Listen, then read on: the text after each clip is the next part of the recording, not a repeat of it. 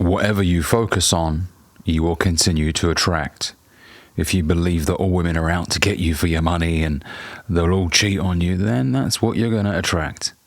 Unfavorable circumstances, low caliber women.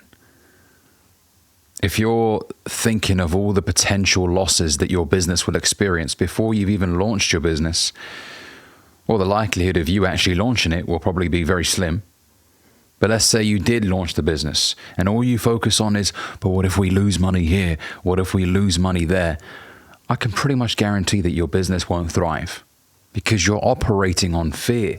And when you operate based on fear, you're not going to take decisive action. You're not going to take risks. You're going to try and hold on and retreat because you're scared. People that change the world do not focus on the negative. Of course, they take on board any potential consequences or risks. I'm not saying ignore the risks of anything. No, take it on board. But don't live in fear. Don't be worried every single day about, oh, what if she cheats on me? Well, if she does, she does. It's a reflection of her, not you. All you do is focus on being the best possible man that you can be.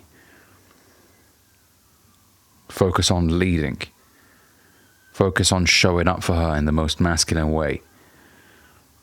When it comes to the business itself, all you can do is focus on providing the best possible service to your customers. Refine that process. There are going to be times where you will have to invest a bit of money into potentially a new site or more products, and it will feel like a gamble, which it is. Launching any new product is a gamble. Launching a new location for your business is a gamble. It could work, it may not work. Now, there are bigger gambles than others, of course. For example, if you've been selling a product and it's selling really well, buying more of that product is probably a reasonable thing to do because it's selling really well. But you may launch a completely different product, which you're unsure of whether or not it will do well. But hey, these are the risks that you're going to have to take. You know, almost every business that we look at today started off selling one or two products, and then they expanded the range over time.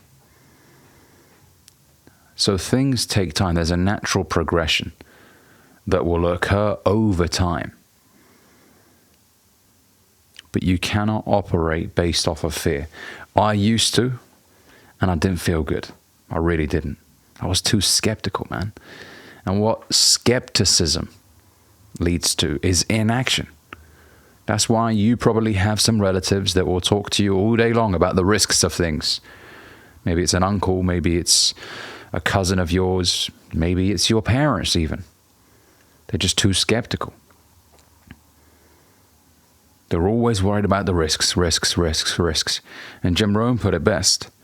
It's all risky. The minute you got born, it was risky. Crossing the road is risky. Getting married is risky. Having kids is risky.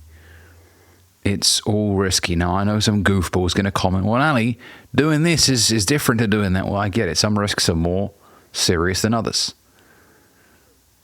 But risk is something that we need to accept. That's just the nature of the world that we live in. A mosquito could bite you today and you could be dead within 3 months. That's life. Right? That's the world that we live in. It's all risky. But on the other side of what you're afraid of is the life that you dream of.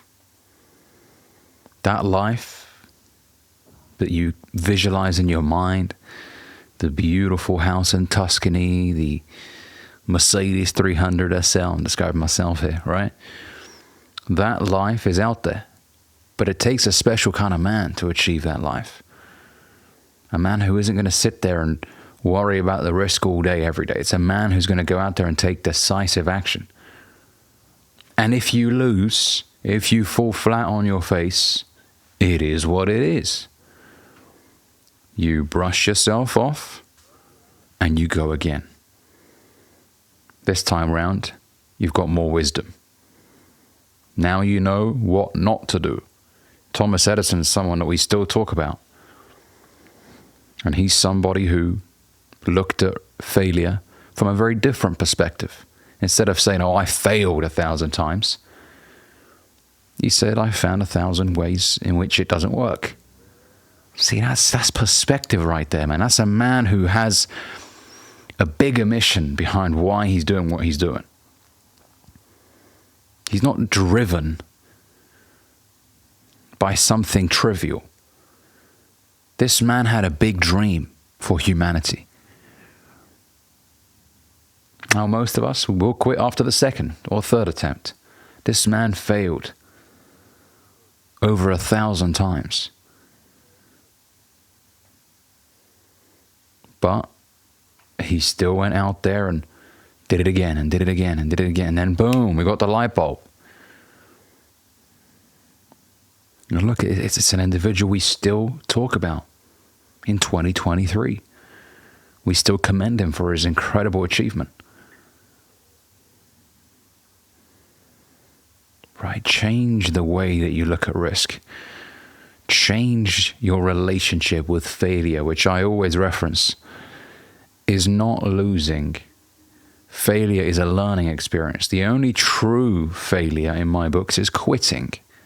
But if you fall flat on your face, you make a mistake, you lose money on a trade, you launch a product, it doesn't work out, it's not a failure because you learned something. And then you're going to brush yourself off and go again. You need data, and that's data. When you lose, it's data. You can't just look at what works. You also have to look at what doesn't work. That helps you find something or launch a product that is the best it could possibly be, because you've got examples of ones that weren't up to scratch before, that didn't do too well. So you can look at it and be like, okay, this didn't do too well. Okay, this one, right, let's launch something, and then boom, you create a product that does well. Right? Every car manufacturer doesn't just release the car straight away. It needs to go through a rigorous process. Some of these cars are flawed when they come out of the factory, and they need to be rebuilt. Some cars need to be recalled. If a company recalls a car, does it say, well, forget about it, this is crazy? I mean, this is, what were we even thinking making cars? No, they still make cars, even if 1,000 of them need to be recalled. It is what it is. It's part of the process. Sometimes shit happens, but it's how you respond, man. It's not what happens to you in life, it's how you respond to it. And so many people are willing to throw their dream away because of a minor setback. A minor setback. And they throw it all away. And you think, what did this mean to you? You know? That's why I really can commend people that keep pushing despite the setbacks and then eventually become really successful. These are the stories that I love to see. Not people that just quit when the slightest inconvenience occurs. Oh, but I guess it's a sign to quit. No, it's a sign to keep pushing. When the going gets tough, how do you respond? Most people will quit. I'm out. Fuck this shit. I'm done. How will you react? The comeback will always be bigger than the setback. And you've got to tell yourself that. And this is why it's very important for you to have a strong why. I always talk about the reason why. Your why has to be strong. Otherwise, you will not be able to weather the storms of life. And you will quit very easily. Because your reason is very fucking trivial. If all you want to do, or if you want to succeed in business because you want to buy a Lambo and that's about it, you'll quit. You'll quit when it becomes too painful. But if you have a stronger reason for why you want to do it, then you will continue to weather the storm until you get there. I'm going to finish off with this quote from Napoleon Hill about the importance of focusing on the things that you do want. He says, I realize the dominating thoughts of my mind will eventually reproduce themselves in outward physical action and gradually transform themselves into physical reality. Therefore, I will concentrate my thoughts daily upon the task of thinking of the person I intend to become, thereby creating in my mind a clear mental picture of that person. Focusing on what you want. And that's what you'll continue to attract more of.